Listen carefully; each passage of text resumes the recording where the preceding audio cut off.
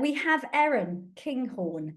Give us a wave. Who Hello. is a dentist by trade, and lives and has a partner with premenstrual dysphoric disorder, otherwise known as PMDD.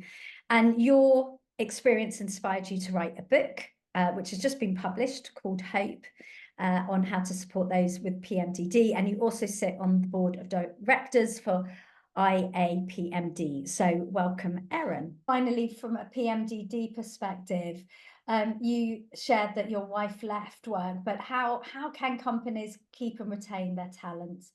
Well, one of the things that really strikes me is hearing from Emma and Yomi and Helen just how the themes are so similar, so similar. IAPMD did a global survey and they found about 17% reported having lost a job due to PMDD. And there was a survey on partners as well that found that about 30% of partners felt their loved one's PMDD had an extreme or considerable effect on their occupation. So again, it's showing this is, it's an issue that affects so many different people. But the way I like to look at it when we talk about employment is like the Green Cross Code. It's stop, look, and listen. And stop is kind of getting rid of those barriers. Yeah, it's that stigma, it's the fear of discrimination, it's the lack of awareness, the limited resources that might prevent people with PMDD disclosing, because there is a lot of shame. There is a lot of shame about it, and there's a lot of self-blame that goes on. And certainly, as part of stop, it's kind of saying stop dismissing symptoms, or making assumptions, or asking perhaps some unnecessarily medical information, or stop, failing to provide accommodations.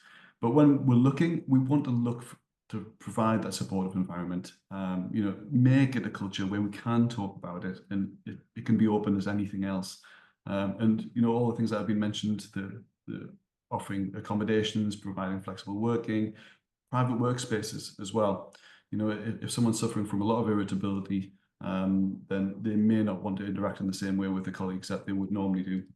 And last of all, just listen. And, this is such a key on it. And it's been a key for me as part of my journey into understanding this, is that as time goes on, I find that there's less excuses, but more reasons why people find themselves in the situation they are.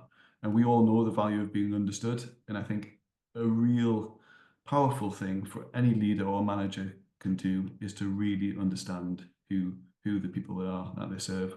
So yeah, stop, look, and listen. Green Cross Code. I'm sure I can put it a different way.